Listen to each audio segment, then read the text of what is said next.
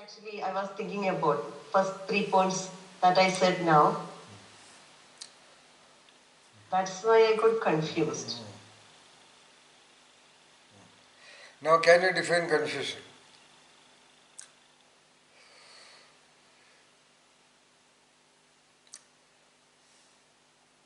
Now, there is an important engine of intellect called conceptualization, which is normally not told to the public. It is never trained in the schools and colleges and in higher education centers because there cannot be normal teachers to do that. Conceptualization meaning you are able to put into words or sentences something which you have personally identified, noticed, observed, understood, etc. See, most of the time, including highly educated people, they may be talking for hours and days together. They are all ideas they have learned or understood from other sources which they have comprehended, which they may even have originalized, and they can talk on their own.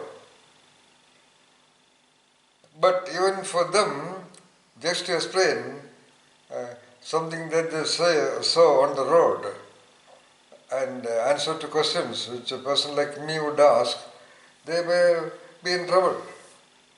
So they won't be able to put into words the exact details or in precise statements or even normal language what they identified, what they themselves identified, felt, observed, sensed, understood, etc. Anyway, that process is called a conceptualization. That means bringing into concepts, that means some sense, and making that concepts explained in words or in sentences. Now you have given an example of confusion and you said the background of that, and now why don't you try defining confusion? Now, a definition is something little more, it's a higher order conceptualization. Even someone who may conceptualize a serious absurd thing, even he may not be able to arrive at a definition of what he observed. So definition meaning definite statement. Something put into definiteness, that is called definition. That's why in all science subjects and even art subjects there are definitions, and it is not easy at all to conceptualize definitions. That is not a very good statement because it provides some advanced stress on you. But coming to the point, why don't you make a clear statement? Definition is the only word for definition. About confusion, come on. And here you can also understand a great lot of things. For example, almost everybody in today's world, those who know English language, would use the word confusion. Okay? And they are all very sure about being confused. See, for example, and you had a moment of confusion now. Regardless of that, you are not able to define whatever you understood. See? And develop that competency.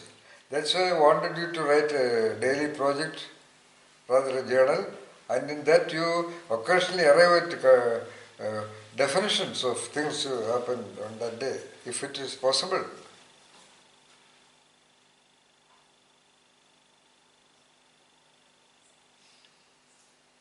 Okay.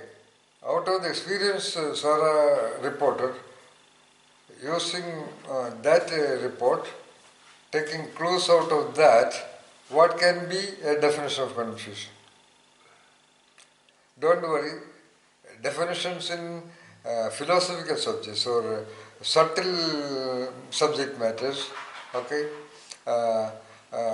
intangible factors cannot be a single one. There can be many definitions. For example, for very creativity itself, there is a book on definitions of creativity. Because it is such a subtle and complex and mysterious thing. So anyone can have a different angle of understanding it, and he would define it in that way. As I told you, there is even a definition on creativity that not about creativity but a creative person. That is, the one who walks alone in the midnight, for example. Or, as I told you the other day, the one with the mind of a child. See, these are all giving some precise statements about the potential nature of what we name as creativity. So do not worry about the only one possible definition. Come on, talk about a definition about confusion right now. From the Well, close, there are sufficient clues in this case study of what Sarah reported about the names of a single person. Yeah, come on, yes. sir, Come on. there is a process in perceiving or cognizing anything or things around us, but not being able to perceive things or cognize ideas or whatever cognition that is required, and not reaching on that point, not clearly perceiving that things as expectation, as preconceived notions, as having pre-images, mental impressions, that creates the confusion. Yeah, all right. So what is the critical concept in what you said now? The precise cause of confusion, which you said now. You used a word or two words. It's all about preconceived notions Precisely. and mental images. Yeah, Yes. all right, talk about the same. Yeah, exactly. Not matching with that. Yeah. There are preconceived notions. In this context especially. Yes, yeah. In the case of Sarah's report, she had 2, 3, 4 preconceived notions. A Malayali cannot have such a name. See? And what is the second preconceived notion? The one that is told as name and the one that is written. It should be. It should be the same. Okay. Yeah. All right. That's the precise aspect. And all right. Now, anybody else? Anything else?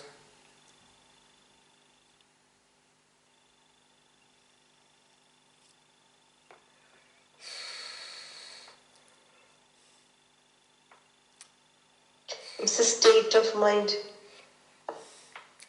Yeah, that's a very clever statement, of course. So, that is the beginning. It is a state of mind that is, now you have to continue to define.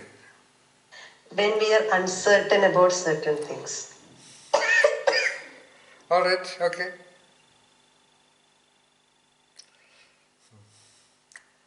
Alright, okay, good. Anybody else?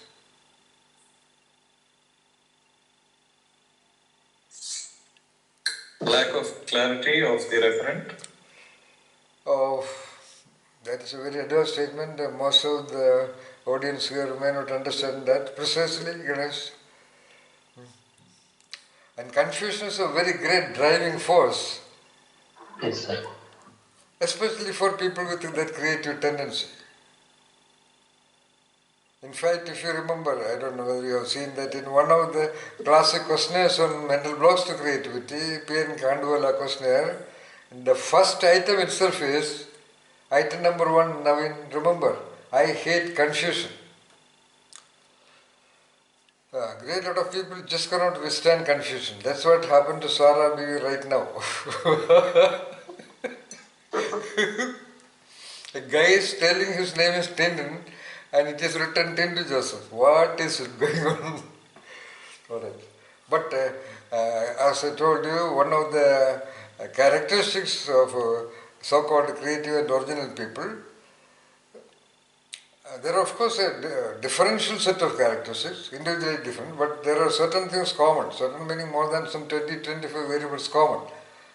One of the commonest things or attributes or tendencies or intents of the so-called individuals with the creative attitude is that they would like to get confused, and some they may even create confusions in their life, in their choices, and they enter into actions which will put themselves into confusion. And Obviously, they put other people also into confusion, but that's a different thing. But they are driven by confusions, and their entire life is a series or sequences of resolving confusions one after the other. So Sarah Mtek, of course, rightly pointed out there is an element of ambiguity and uncertainty. Obviously. But you identified it. So obviously it's a needless statement there. Okay, very good. All right. So from all these discussions, there can be one more statement that can be made about the so-called, as Sarah said, the state of mind of confusion. By the way, Mandra Shiga, would you like to say something?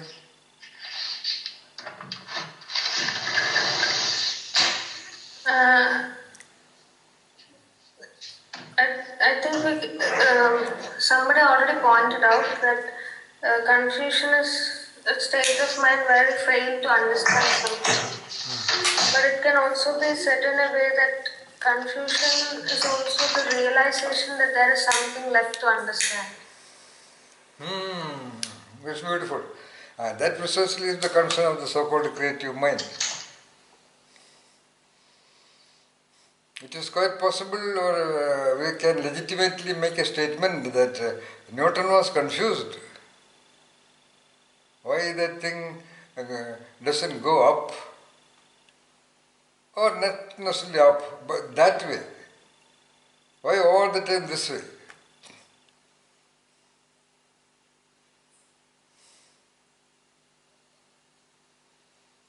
So confusion also is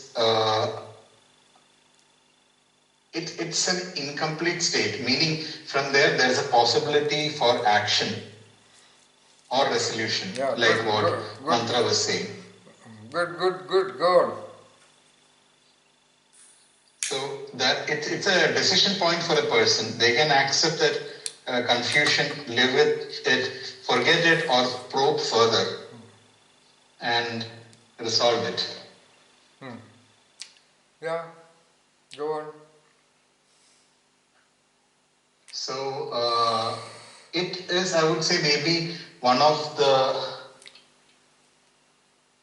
predecessors of creative discoveries. Yes, definitely yes. Because when you cut across certain boundary of the definite and the indefinite, the natural consequence for a mindset which has been trained to be comfortable with definite and certain things to inevitably face the shock of confusions.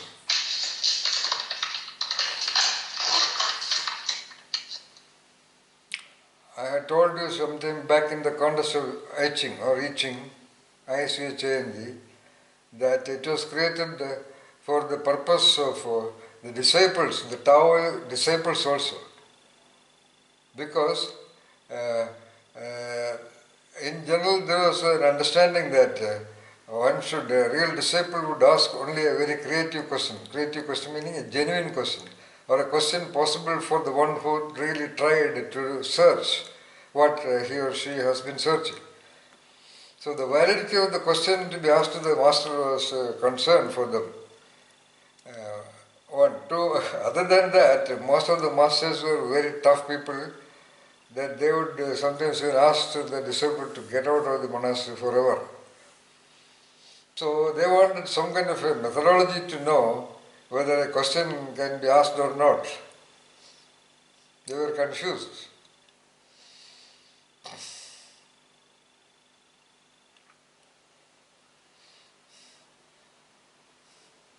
Whether the master would accept it or not.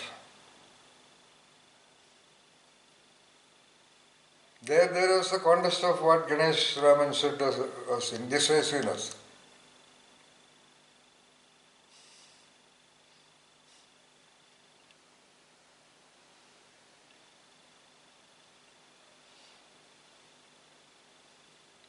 All these methodologies, like to a great extent various astrologies, and including this etching, is to provide some kind of an assistance or support or clarity to the mind that is confronted with uncertainty.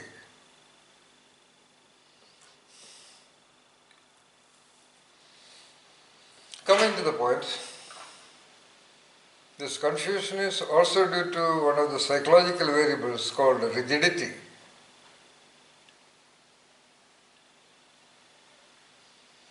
The opposite of flexibility, which is a normally well-known concept about creative thinking. So how rigidity is connected with this confusion?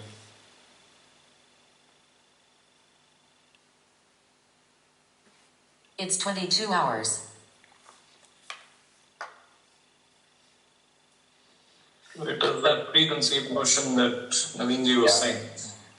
We are rigid about what we perhaps already have experienced or what we know or what we expect. Yeah.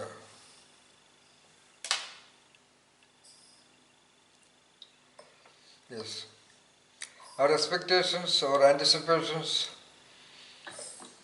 they are also based on certain available so-called clear understandings which tends to remain rigidly structured, rigidly insisting on certain attitude or certain perception or certain sensation or certain response or expression or behavior, etc., from the outside environment or from within.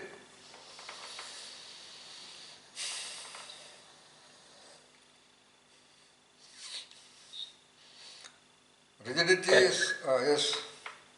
So can we attribute the familiarity trap to as a cause of confusion? Why not?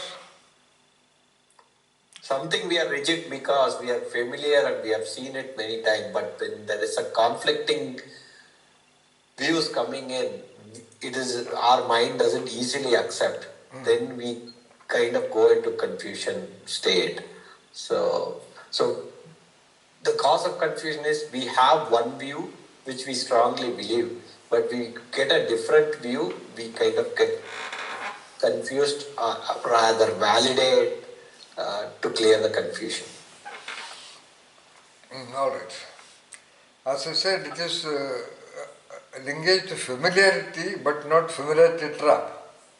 Okay. Familiarity trap, your explanation is beautiful, but as I said, all these mindsets or mental blocks or mental traps are manifestations of the so-called very single mind. So there will be definitely interrelationship between these various categories of mindsets called mental traps, but there will be uniqueness also. Familiarity trap is our ongoing behavior, movements, responses and expressions and actions are controlled by our familiar knowings or doings or states of being. But in confusion it need not be about familiar alone, it can be about totally unfamiliar situation also. It has nothing to do with familiarity trap. But rigidity is connected with the familiarity trap. That's what you said, right? Ganesh? Walmart. Yes, sir. Yes, sir. Yes, sir. Yeah. In a way you can use that. But if you understood familiarity trap, it is definitely different from being rigid in holding an attitude, in holding an emotion, in holding a state of mind, in holding an opinion, in holding a perspective, standpoint, decision, choice, and so on and so forth. You see, that is not the same as familiarity trap. Got it? Right. So rigidity. Almost all the research papers and books I have thus far read about creativity and related attributes of human beings, rigidity has been always there as a concrete variable that is blocking the potential creative movement of the individual in a very subtle way, as well as sometimes in very obvious way. And rigidity is supported by the systems outside also. One's traditions, norms, folklores or folkways or culture, tradition, so on and so forth, always insist on rigidity in a beautiful name called integrity, a repackaged name called integrity. And for the others, it is always advantageous that you manifest the consistency or integrity of your responses, your ways of things, so that they can be sure about you. They will not get confused about you. So rigidity is a highly appreciated characteristic also on the one hand. Rigidity is just a name, okay? Do not go by it as a rule. Rigidity meaning whatever that state of mind or attitude or including values or principles or knowings or perspectives or choices or decisions and ways of responses, ways of behaviors, ways of doing, ways of relating and ways of language be more or less constant, unevolved over a great range of time. That is called rigidity. Is that clear? So just a word is given, but the concept of rigidity is this. It can remain at a level that an individual is just not able to do a thing because of certain rigid knowings or rigid ways of doing. I will just give a simple example happened here in our campus. After the getting of this piece of land, there was no scope of constructing a house and coming and staying here and all that. So we asked a local person who is perhaps one of the most competent persons in that local area, named Rangan, and gave him advance as well as monthly payment of rupees 2,500 just for watering the tree saplings planted there.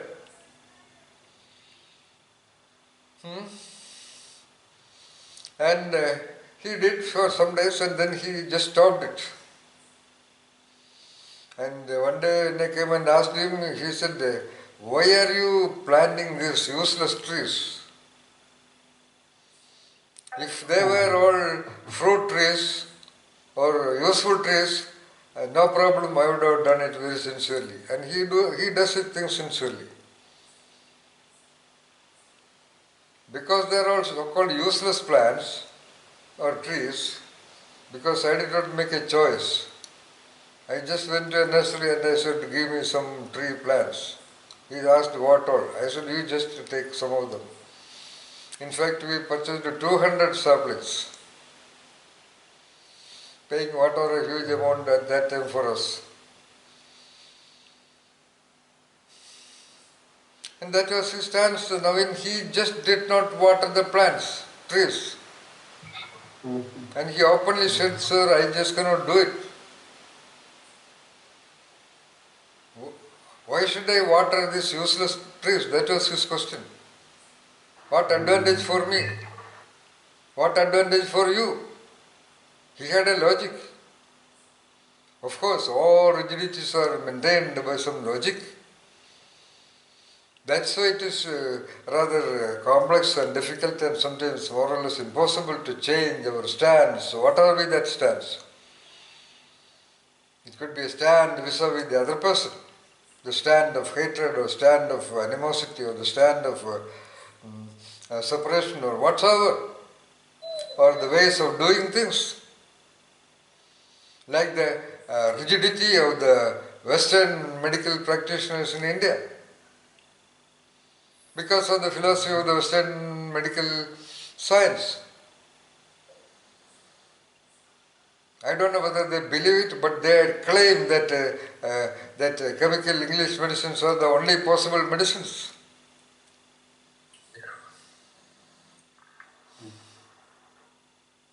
They are not ready even to accept a single point about Homeo or Unani or Siddha or Ayurveda or about all things.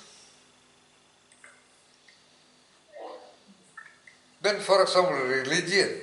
Of course, classic case where individuals are trained to be rigid. There is nothing wrong basically in rigidly following a perspective. But the problem is the central nervous system is a dynamically interacting phenomenon. Rigidity kept and maintained in a certain location will not remain there alone in the part of the cerebral cortex.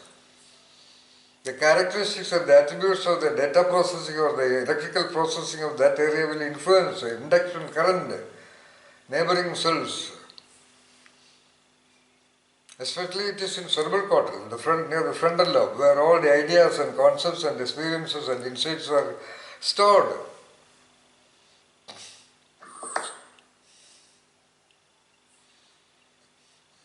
One can absolutely, sincerely, perfectly, completely follow an ideology, abide by every details of an ideology,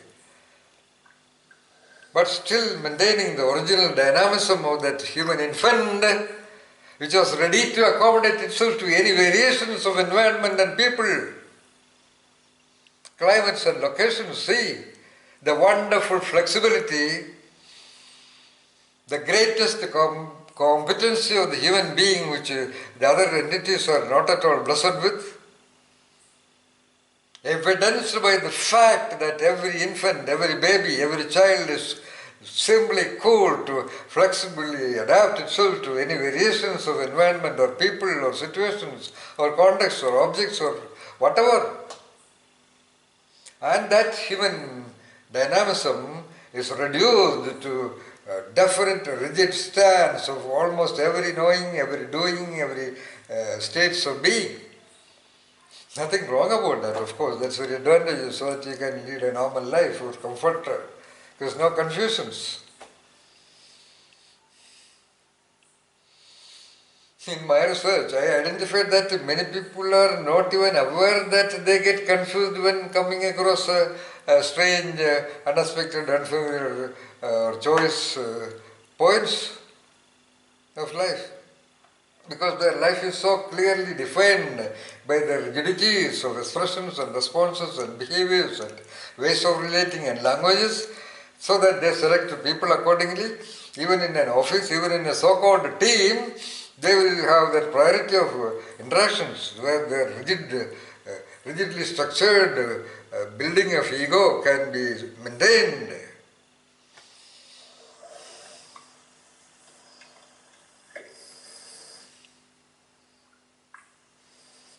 Then again by the name, see, n number of linkages or forces are operating for all directions to make that magnificent dynamism called the human entity into rigid patterns of expressions and responses and behaviors and doings and ways of relating and languages.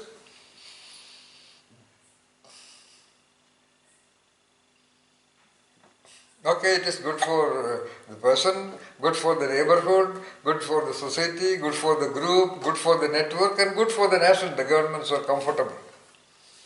Good for the ideologies. Okay. But it is not at all good for that absolutely dynamic original entity or the entelechy of the entity which is jailed in rigid confines of knowings and ways of doings and states of being.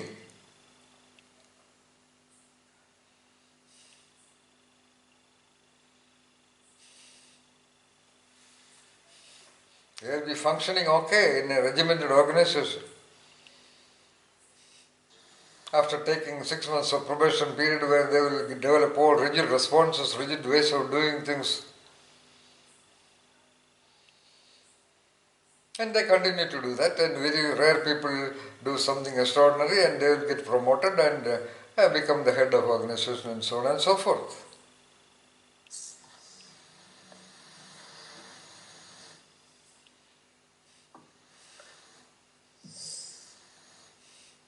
I talked about the wonder of flow, dynamic spirit of the human entity. But in fact, every other creature in this world is able to survive because of its flexibility of approach. Their food is not guaranteed, rigidly guaranteed in a hot plate over the table. Their rooms and settings are not rigidly planned and set so that everything is clear. The pen is there, the table is there, the cupboard is there, the book is there, etc., etc.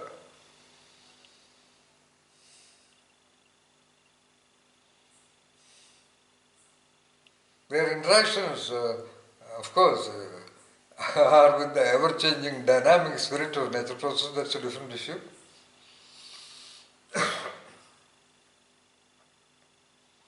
Because of that ambiguity and strangeness of grand nature, people don't even look at the skies and the trees and the plants and the birds and the flowers because they don't talk back.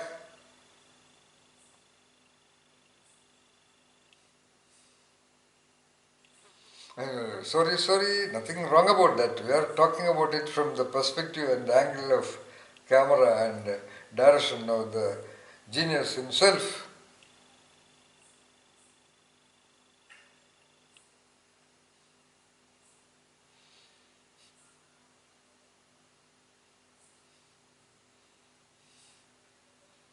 So along with that, we have to mention functional fixedness. Means, as the title suggests, the concept suggests, fixedness or fixity of doing certain things in the same way. It can include interaction with people, using languages, using behaviors and so on and so forth. There is no dynamism in behavior. There is no dynamism of responding to the world, responding to other people.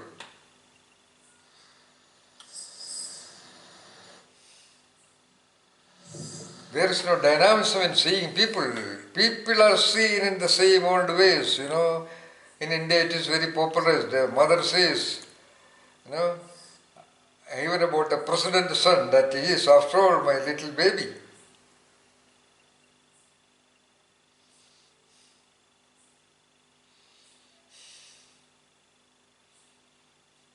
Normal parents just cannot tolerate the flexible dynamism of a boy or a girl, especially during their adolescence and later adolescence and adulthood. Most of the time the conflict between the parents and the children are purely due to this rigidity of expectations, Sarah. Yes, Sundarji. And they claim that they don't understand. He or she is disobedient, they are aggressive, whatever. Things that can happen as a consequence of the struggle between one rigid stand vis-a-vis the other dynamic stand. I'm just giving tips of the iceberg of problems and confusions people suffer from. See, beautiful people, especially in India, who are really capable of managing any turbulence and uncertainties in life, by a rigorous campaign over decades, they have been made to doubt a simple headache or a stomach pain or a small feeling of running nose, Vinay. Campaigned. A small headache, suddenly confused. Is it cancer? Small headache.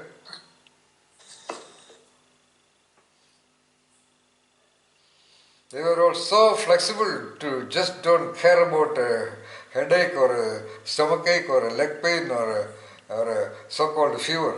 They were not even aware that there was something called fever. It happened some 5 years back as a response from a person in this Ur where I am staying. I don't know, sir, whether it is fever or not. When I feel uncomfortable, I will go for work in the daytime. I feel uncomfortable. In the night, I will have a strong coffee with the pepper and cover my entire body and sleep. Next day morning, I am okay.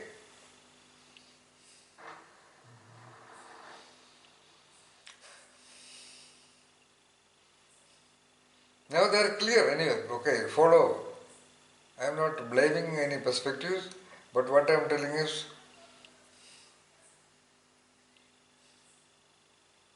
how people have become rigid to look at their own body variations, body dynamisms, and because of that looking, how that dynamism can evolve into a permanent, concretely reinforced change in the setting itself.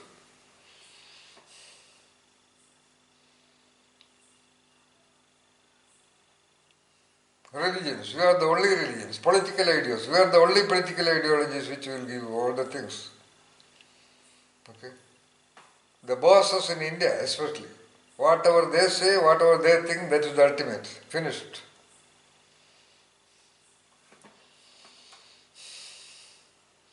Okay, these are all problems which we just cannot do anything. I am just giving examples of the conflict of rigidity and dynamics.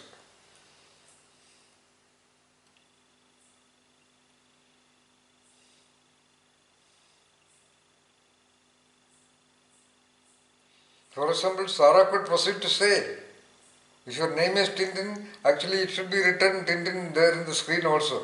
Otherwise it is cheating people. Then it can go to a next level of interpretation. See?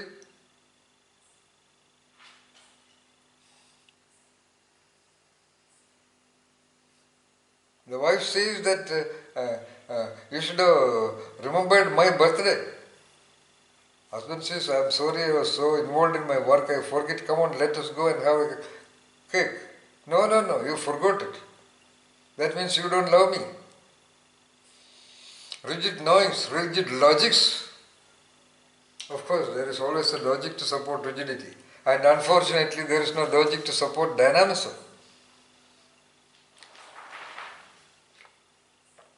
Or what you call creative flexibility, just opposite of rigidity. Functional flexibility, the opposite of functional fixity.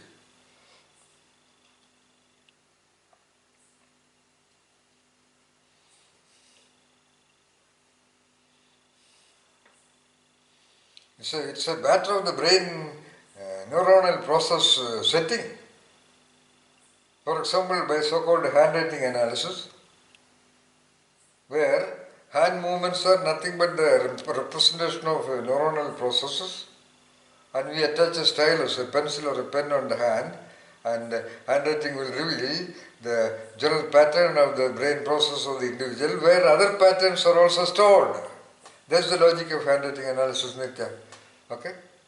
So if a certain movement of the hand is in this way, it can correlate with a certain kind of movement in expressions or responses or behaviors or personality factors. So why I said this is, handwriting analysis is almost 80 to 85 to sometimes 90% accurate. No psychometric test is anywhere near handwriting analysis. But it requires a little bit of a creative analytic observation and interpretation, etc. As usual with any of this kind of methodologies that try to understand the strange and the mysterious and the ambiguous and the unknown. So what I am about to say is that there are clear indications in the handwriting about the rigidity, flexibility factor of an individual.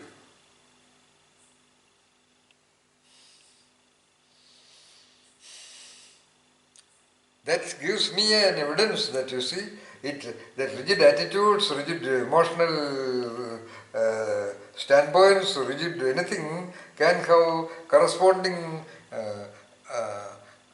what you call lacunae, in the sense that not able to evolve, not able to change, something that the individual wants really to change. For example, changing handwriting, it's very difficult. Changing an attitude, very difficult.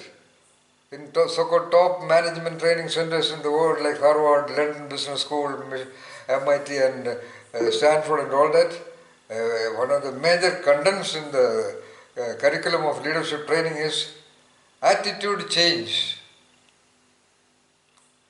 The one who wants to become the leader himself has to change the attitude of one's own self. as well as developing that super competency to change the attitude of the colleagues or the followers.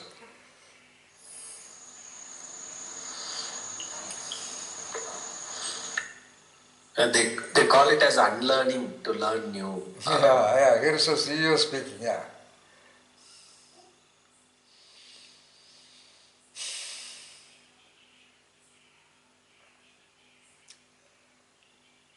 In fact, in none of these leadership programs, there is a clear, consistent focus on attitude change towards oneself or changing one's own attitude. That topic is very conveniently disregarded, Vinay, because then the cat will come out. They are not able to change their own attitudes and they have to change the attitudes of the others.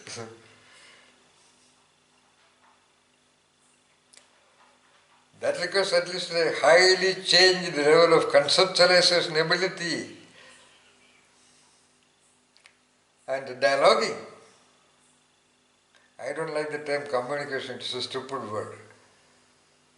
The ability of creative dialoguing, what is creatively conceptualized, because the situation of attitude change is absolutely variable from one to the next, from one individual to another individual.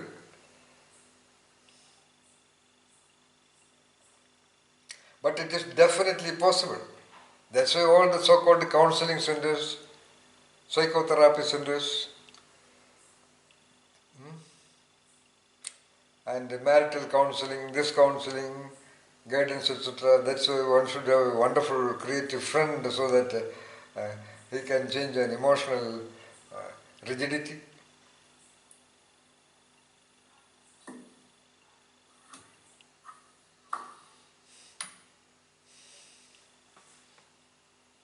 And when I interacted with several police people, we once happened to discuss about the very creative initiatives of Kiran Bedi, introducing yoga, exercises, reading, library, etc. for the criminals in the jail. Yeah, a few people might have developed it, and many police officers said that she is a senior officer, she doesn't interact directly most of the time with the criminals. But we know that once a criminal, always a criminal. I don't know, I don't believe that, but the statistical data really supports that perspective. That's how they, what you call, trap the thief or whatever very quickly. When a great robbery happens in a house in a city, first what they do is identify what all thieves were caught before. There is a list of names of thieves in the city. And most of the time it would be one of them only. So, rigidity. And rigidity was imposed by our own very setting. No, we are analyzing rigidity. For example, our very house. First of all, a beautiful space is created and that space is divided into rigid rooms, rigid enclosures. Inside that, the furniture would be set in a rigid way. Things inside the furniture, like cupboard or table cabins, would be set in a rigid way. Because it is comfortable. You know which book is where, which spoon is where, which saree is where. Of course, it has its advantages, no doubt about that. I'm just giving examples of how the human entity becomes rigid. Why I say this is that flexibility, that absolute readiness of flexibility, that original attribute of the power of the entity which was evidentially available during childhood, if it is thoroughly damaged, by the so-called old age, when the tree of existence, when the tree of one's own existence is to come to its full blooming, okay, at that time these rigid branches will break away.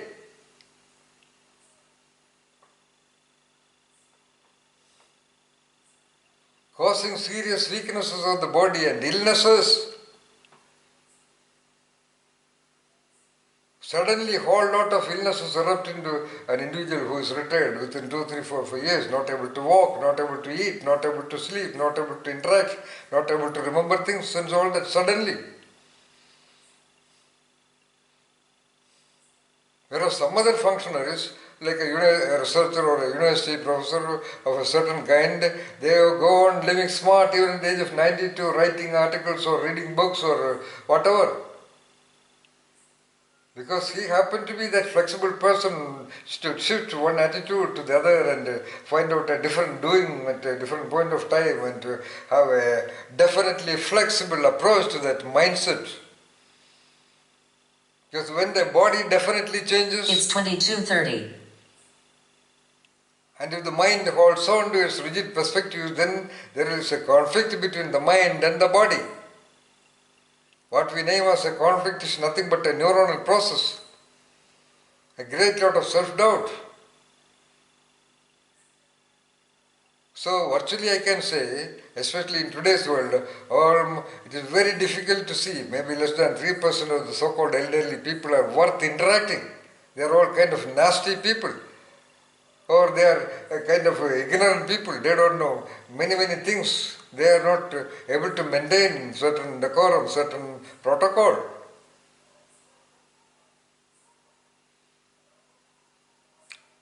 When I have told in 1 or 2, 3 meetings, public audience, that, for example, there's a lot of complaint that elderly parents are being abandoned by children.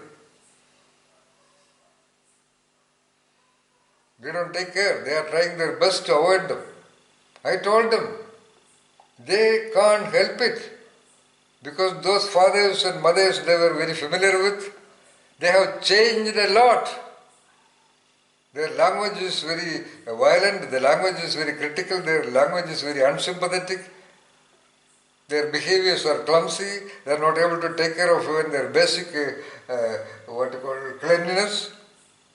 They cannot eat by themselves, they cannot eat certain foods, all a disturbance for the busy husband-wife team. All this is because of, it is very difficult to believe, it is because of the neuronal functional fixedness they have developed very meticulously for some 60, 65 years. When an average 70, 75 person on the road is tired and not able to walk, you look at almost any politician, smart even at the age of 91.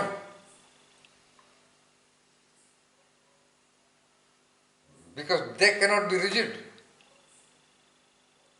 I have interviewed some politicians, they are the most bloody dynamically flexible people, including in their assertion. Somebody, a lot of trolls, a lot of criticism may be there. They may be talking about a person with ultimate hatred on the face, and that person enters, there is a genuine smile. Genuine smile. Because the other person can know whether it is a genuine smile or not. That much flexible. That's why they live healthy. We rarely read a news about a politician, thousands of them in a hospital for serious illnesses. That I cannot be sure our doctor is here.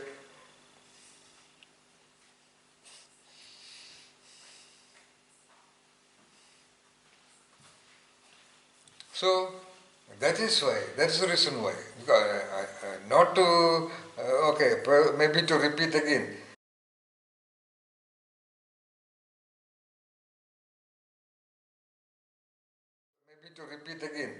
The objective of this program called Genius in Self is to facilitate your observation, your attention, your thinking, your conceptualization, your imagination, your visualization, your mind setting, to be absolutely prepared, absolutely ready to manage any emergencies or exigencies in existence, or to manage the so-called old age, where your sensitivity will be trapped by any other old age person moving around with illnesses and doubts. So you may develop a perspective that even I am supposed to be like that, or I am likely to become like that. And they refrain and retire from what they can easily do. They even retire from casual reading of novels which they used to do.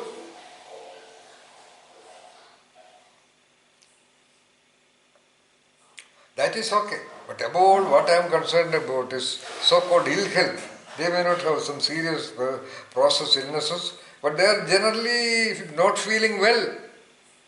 You know, most of them get irritated very quickly.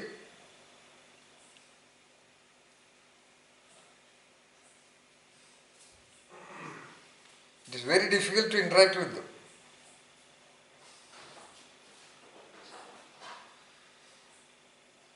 So, I want none of you to be like that. Let me tell you, you will know it only when you reach that time only.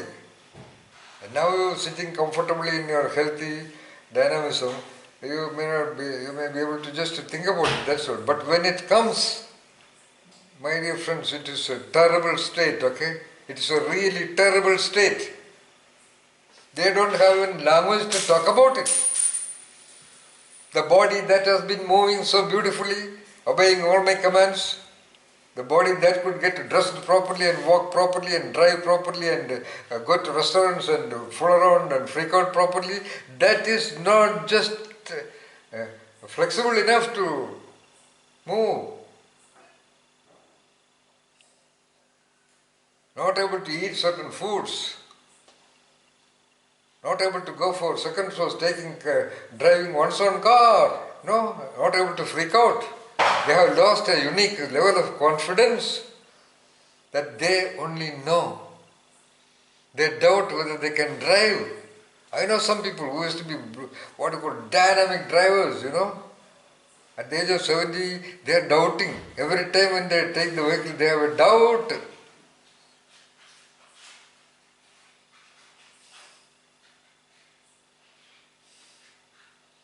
And above all, they feel abandoned by the network. They don't feel, they know when they go for a Lions Club meeting or a Rotary meeting or a family meeting or a local meeting, you can see all the young people are assembled and enjoying and the so-called elderly people are standing alone. If they are left to stand alone, it is okay. Once in a while a young guy go and pretend, hi, how are you uncle, blah, blah, blah. You know, that makes him feel all the more awkward actually. Because he may assume that this young guy is showing just a courtesy.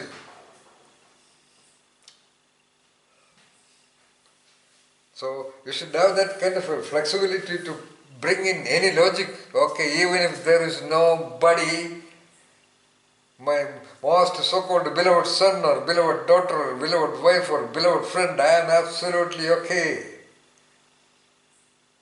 Only a really, really flexible mental process will enable you to keep that level comfortably, not by forced logic, feeling genuinely comfortable. There is no way.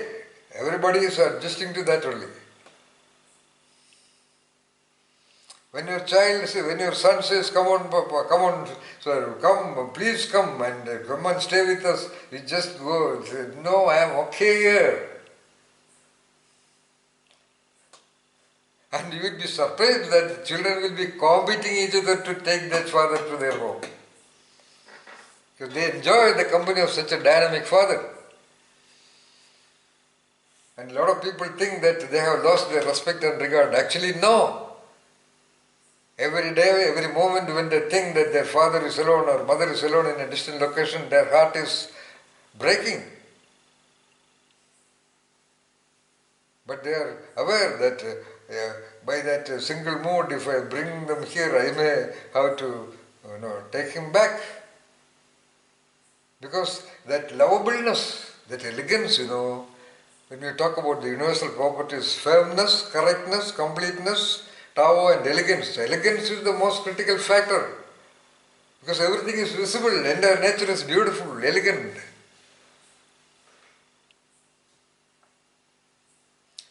The so-called elderly father or mother should be elegant. Sorry to say, even in her dressing, because that is what is seen. In her grooming, I would say. Not that she should go to a makeup man or anything. That's a normal, decent grooming. And that's okay. But much beyond that, she should be or he should be elegant in responses, in behaviors, in gracefulness. So gracefulness itself is another word for elegance. Gracefully elderly.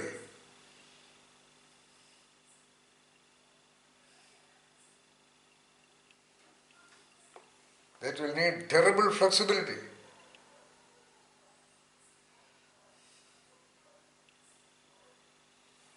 For example, you are in a group of people and there are youngsters, you are having a beautiful interaction, then someone comes and they are calling all these people to a place and he isn't apparently calling this old age person or pretending that he is calling in, but anyway the old age person having that kind of a maturity can realize that he is calling me just for the sake of it, for the sake of etiquette. He really does not want me.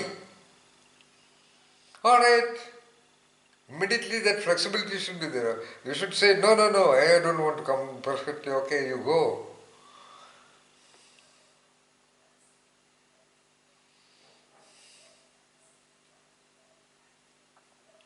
So functional fixations. I take only this food. I can have only this sambar. I want this way of my curry, this way of my dressing, this way of my room, etc., etc. I am talking about various locations and times and spaces where this variable called rigidity can kill you or destroy your mental peace without your awareness.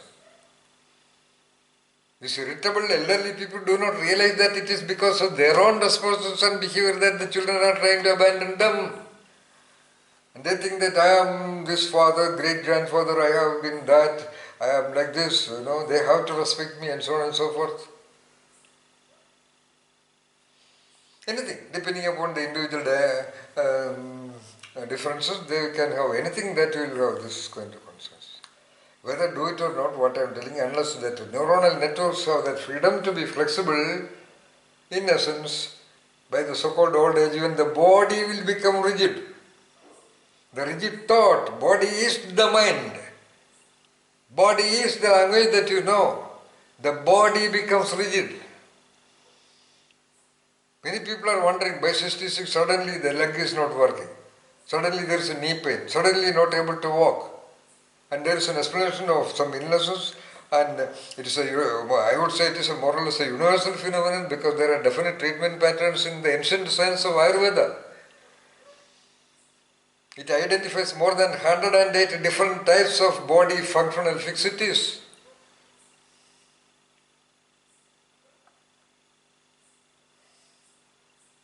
And each one carrying its own herbal antidotes.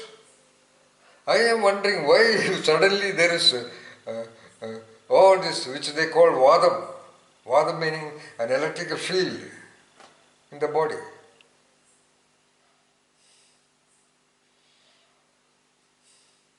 Vadam meaning partial paralysis. If it is so, there is a unique paralysis of even the corner of the lids. That level. So, I have only one explanation, almost uniformly, because of their rigidity. Their rigidities helped them till the day of retirement. Till the day they have been having social networking. Even there I have seen, as I told you, you must be a researcher all the time. I have been like that, all the time I am a researcher, even now I am a researcher. Right now I am researching on resolutions and the way you are sitting there. I can see in the so-called Rotary Club meetings where more or less all ages are allowed. In Lions Club also yes, but in general Lions Club more or less compatible age group. So in Rotary Club meetings, invariably every meeting will end up with drinks. It will be a Rotary Club hall, they have money, they have beautiful hall, sittings and all that. You can always see the youngsters in groups here and there. And the elders are in a separate group. And they were all retired, big guys, all, I feel, I look at them and I could see that untold sadness in their eyes of being alienated. They were all once upon dynamic members, presidents and secretaries of the same Rotary Club.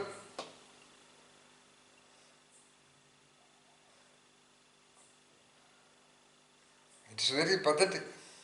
But it's okay. Anyway, they are not aware that it is a pathetic situation. Anyway.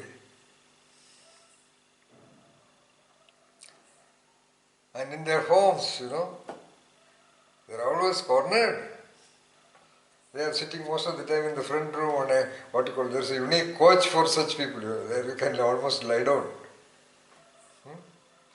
And the children comes, the young guy comes on a bike and hi papa, and he enters the room, the daughter comes hi and enters the room, and again he is there. And a friend comes, one or two sample dialogues, and he also enters and goes to the upstairs. Seldom a youngster stays with a so-called old age person and talks for even 10 minutes.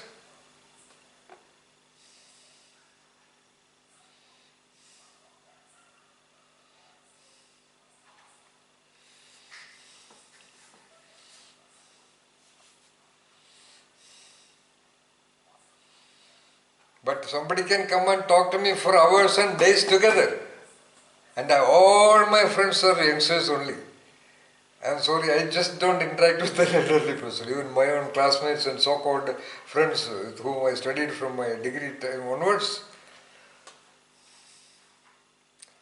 And if a guy is not able to talk to me, it is because he just cannot talk with me. He doesn't have the competency to talk with me. That's why. He is scared of me. Otherwise, such people seldom come here, but what I am talking is,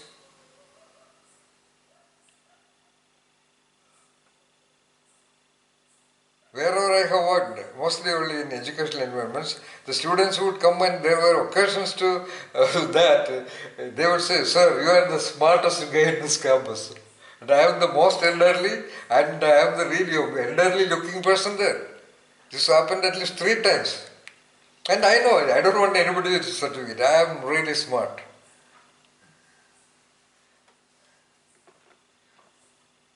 So what I am telling is, and I have seen a couple of people like me, I suppose.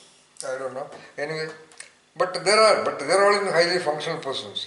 Like I have seen some so-called leading advocates, leading doctors, leading research professors, and of course politicians.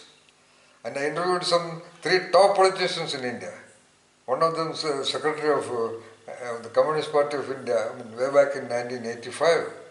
He was something like 75. What a dynamic guy.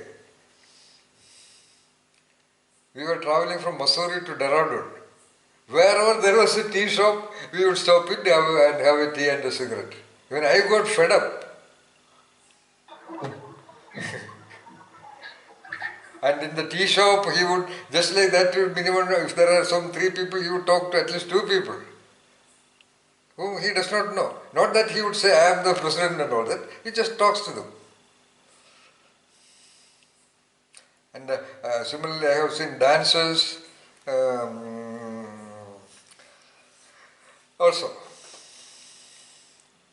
And many, some people. And of course, I have seen a lot of people in the villages. Not ill. They are all very rigid, I am telling. Their rigidities are in a minor boundary, like Rengan. He is 83 or something like that now. Anyway, so what I am talking about is, that is why you follow anything meticulously. But don't belong to that. Don't get surrendered into that. Don't get boxed in that. Don't get into the jail of that. You do it because you do it. You have decided to do it. That's all. Ever ready to change. Like a cat. Of course, cats are also rigid. If they are familiar with one home environment, they will just not go. That's a different issue.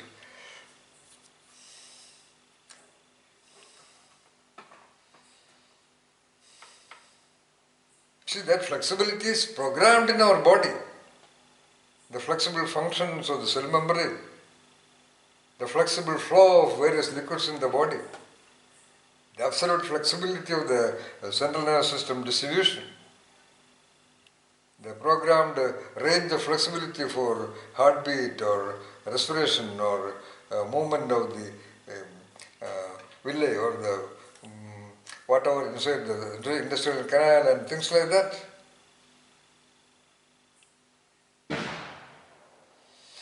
These are all just background factors. Reflect on your extent of rigidity. I wanted to administer a questionnaire on that. I told you in most of the creativity questionnaire, rigidity is definitely a factor that is being assessed. And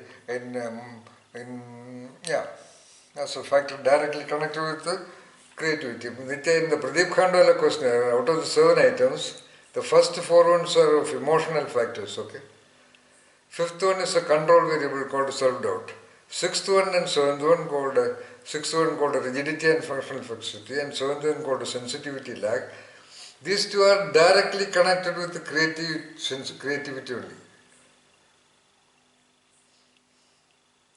Because a highly creative person can have other anxieties and fear also.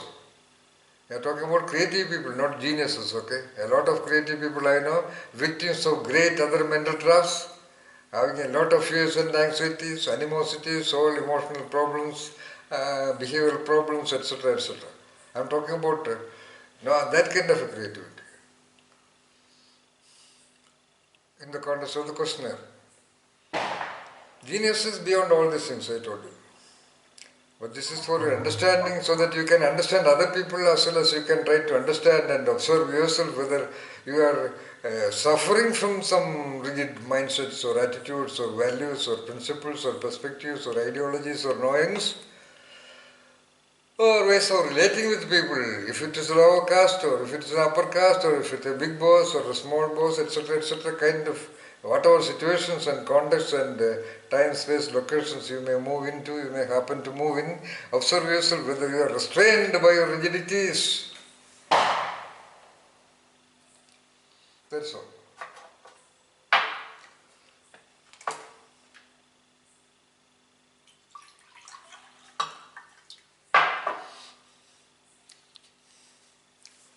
I can say in retrospect that when I have this my so-called my meaning, this so-called house, it is just a single room, Sarah. Single room? Yeah, a 999 square feet kind of single room. One corner is kitchen, one corner is so-called where I am sitting now, one corner is for the guests, one corner is the bed. And this will go on changing almost every 3 months or whenever we feel like. That's the advantage of this open one room.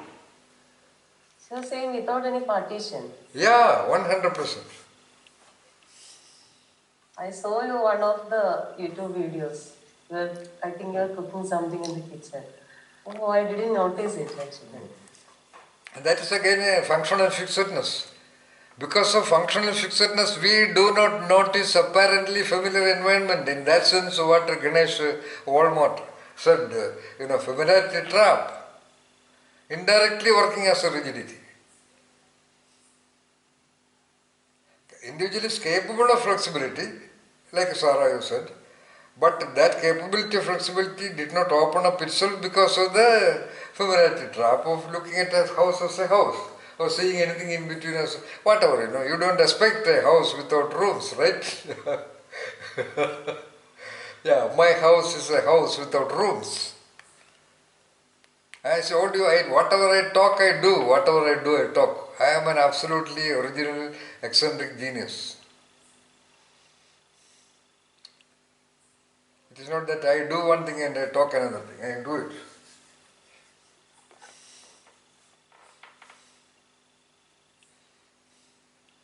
So I am just talking. It will be revealed. Because it is not consciously done, okay? No. Okay, it is 3 months, now let us have a change, no. The very system, I am telling you, my system, now it is the way of Mandra Rishi and Amaya Raja Rishi also. After some time, they just feel like, no, no, why don't we do like this, Again, everything is shuffled. We don't have much things to shuffle, much space to shuffle also. It's only about 990 square feet. If it was something like 2000 square feet, there would have been a lot of scope for flexibility, but that's okay. But do that. Even in your room, which is already set, you change the positions of your table once in a while. Keep the positions where you keep things. Sorry, change the positions where you keep things. Only to exercise that faculty, like a football player or a badminton player or a cricket player or a piano player. Once in a while, even after stopping it, after the certain stage of adulthood, okay, I stopped playing. Now, once in a while, go and touch it and give some touches to that. These kind of experiences of flexibility will automatically make you also flexible. It is not by training programs. All this, whatever I am telling you, they are all for doing. Okay, assisted with a little bit of knowing is required. But most of them are about doing. Do it.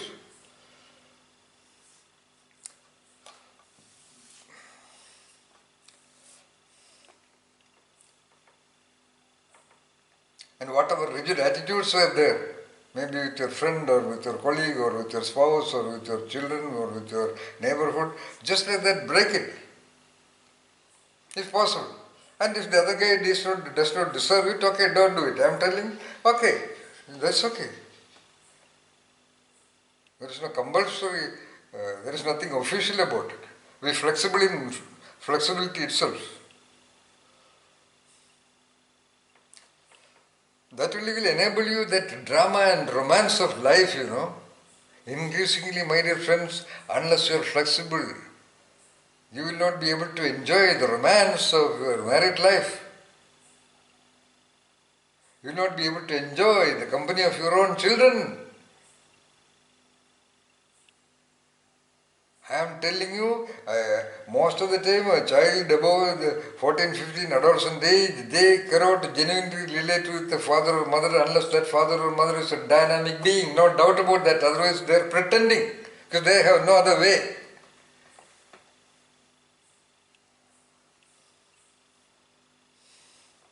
They should be genuinely coming to you for your company. They should be genuinely talking their secrets to you.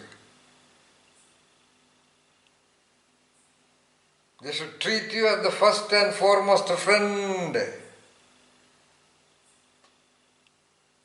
He should treat you as the friend, philosopher and guide, then only anybody else. Not out of your compulsion, not out of your insistence, not out of your obsession to get him for that. Automatically that has to happen. It will happen. It has to happen. That is the level of wisdom and understanding and the genius and self you must develop, and so to other people. Everyone who enters this place just cannot go back without some new experience or a new perspective, even without my telling anything, including the courier guy. That is your flowering and contribution to the world. Just like that, not for anything. Because that's the way, rose is a rose is a rose, and be a mystic rose. Why not? What is it? Why not? If the Everest top is there, why not? Simply. The question, Edmund Hillary was able to be flexible. To consider, why not? Ask some specially equipped person or anything like that. It was his will, which is ready to break up the rigidities of the system, very body itself, which cannot tolerate heavily cold sub-zero temperatures and climbing on. He practiced for some 20 years or something like that. Nothing extraordinary. He himself told, I read in a book by him, to a group of mountaineers, please do not think that I am some extraordinary, non-ordinary human being. I am not at all. At 3,000 feet height, my heart also was trembling with fear, but I just took the next step. That's all.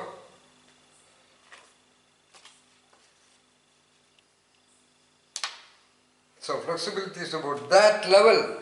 Even when the heart is shivering with fear, your will is enforcing that flexible next step. instead of being a victim of direct physical experience of the fear and inclement weather outside. Okay, if that can be managed with that flexibility of the will, what is there in our lives? Whatever stop we climb.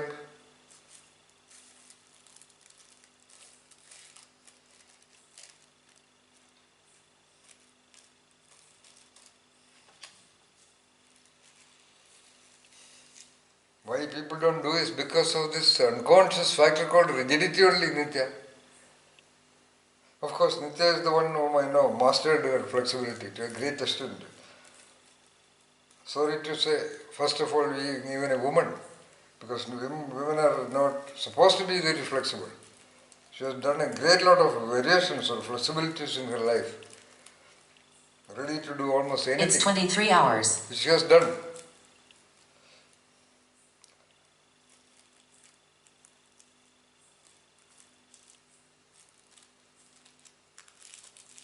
So she becomes invincible. Nobody can put her down. Nobody can do anything to her. This I have told her years back, and that is what is going on even now. Nobody can defeat her.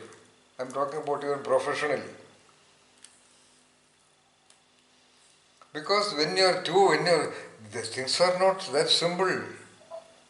When you become tuned in your central nervous system, this so-called bloody central nervous system is a integral part of the so-called very universe outside. This you did not bring it from some, what you call department store, okay? It's 100% agent of the neuronal, of the similar subatomic particle process outside in the very air and the water and the food and the leaves and the plants and the birds and the trees.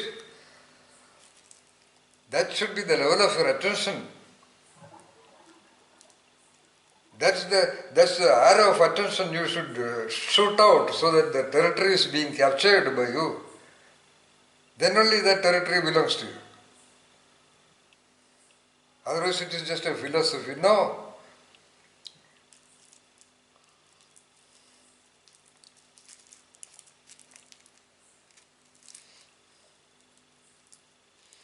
I interviewed what you call, today also I was talking about that lady, Pratima Bedi, a magnificent human being, a great dancer of India who started the Nrityagram in Hyderabad, Bangalore. Where is it, Vinay?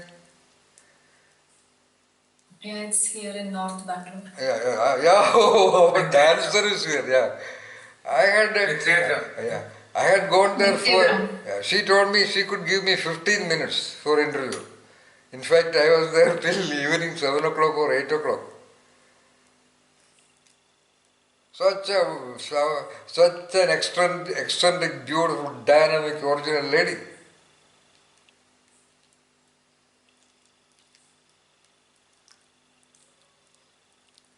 But in that context, I am I am not affected, but I must say that her death also was because of her fooling around with the flexibility.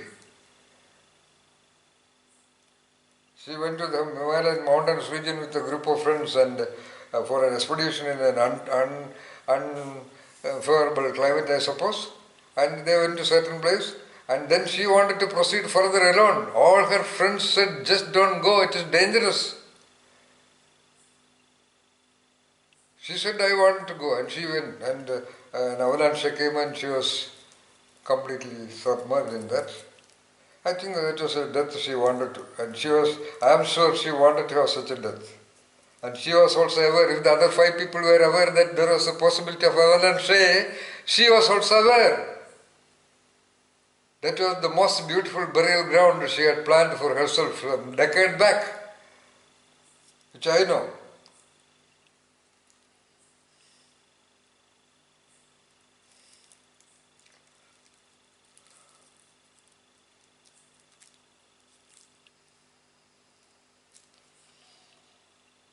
So I have interviewed at least 200 plus so-called creative people in the various fields I have told you before also. They are all masters in flexibility. But I don't appreciate that level because they have entered into dangers also, experimenting with. That is why all these fellows throughout the world, they all experiment with drugs of all kinds, alcohol, everything. I don't want you to go to that extremes. Almost all of them, even in India, they all take drugs, without which they just cannot exist. Because they have experimented with uncertainty. They experiment with the terrible variations in life, So many different roles, to act in a film is much different from acting in a stage drama. You have to have that emotions and expressions and responses from the point of action to cut. And next action to cut may happen after 2 hours. He has to be alone and he has to maintain the same mindset for 2 hours to get continuity of that expression. What a flexibility to have that for 2 hours and then come back to ordinariness and go home and enjoy with his wife and children or friends like as ever before. I am talking about the examples of flexibility, I am not talking about the models of flexibility, okay? Only that flexibility in me allows me to be so dynamic in my ideas. Suddenly I said it is not examples, it is examples, not models. I am very clear about every statement I make here. Which statement is causing doubt, which statement is making a question, which statement is accepted, which statement is kept in suspense. And wherever I want to correct, according to me, I will go and correct or revise or bring in. That's a kind of flexibility.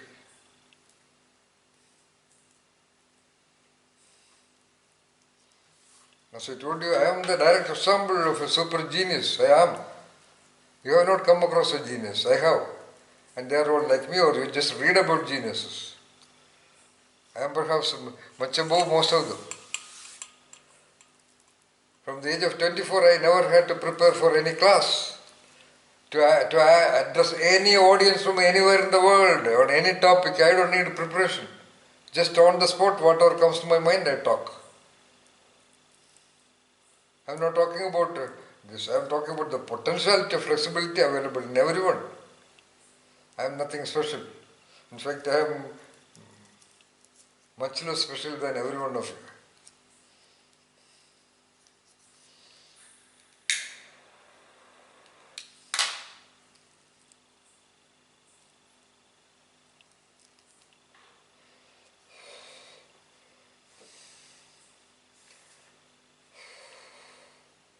And flexibility is the core of creative shifts. Because I am the one who is a so-called creativity trainer. I can definitely train creative analytic thinking in anybody. And perhaps I am the only one in the world who can do that. And I know what to do with everybody. I know what simple steps can make a great turnaround. I thought of saying this because of flexibility, because it came to my mind one of the last year so-called trainees in creative analytic thinking. And MTech again, throughout a brilliant academic record, born and brought up in a Southeast Asian country, finally settled in New Delhi somewhere. And she was trained to be highly rigid from her childhood onwards. The mother overprotected her to such an extent that she told me, I talked to a boy when I was in degree first year. And of course this was a girl.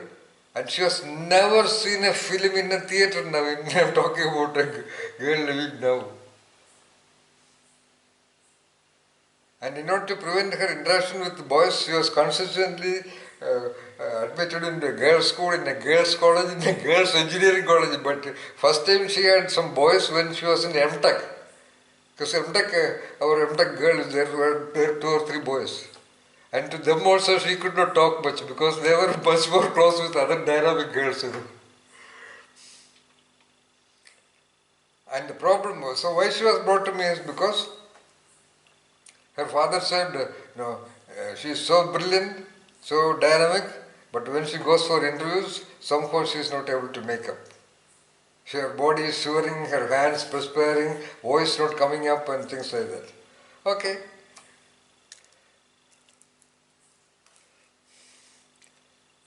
And the father said, okay, I am putting her here. So she was brought in and she was with me for about 14, 15, 16 days, something like that. And Mandra and Abhay were also here. So for example, the third day we took a bottle of beer.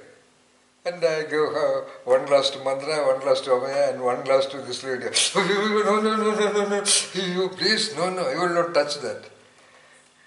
I said, you are a tech and you have been living in other countries, made several trips and all that. You don't take a beer? No, no, no, no, no, no. And I said, okay. All right, okay. Okay. By the seventh day, she almost took 3/4 of a full bottle of tequila, Nitya. And she also smoked almost half a packet of my costly Industry King cigarettes. And she went for the next interview. Tuck, she was the first one to be selected. I did not do anything. And based on this, of course, without dialoguing, nobody can be here. That's a different issue. Okay. And you know the thing, she joined company manufacturing items for the defense industry, and within 1 week she was put in charge of 30 other engineers working there for the last 3, 4, 5, 6 years. Swara, just imagine. Who has had no confidence at all to talk to a so-called boy according to her language. And she did it very beautifully. Now she is in the third company, getting something big and all that. I don't know where it is and all that. I am just telling that shift in perspective, that flexibility, turn around. Nurji, my similar situation. I'm also in a similar situation. You know that. Yeah, I appreciate the flexibility to talk about it so openly. I watched the movie theater by myself very recently, Patan. That was the first movie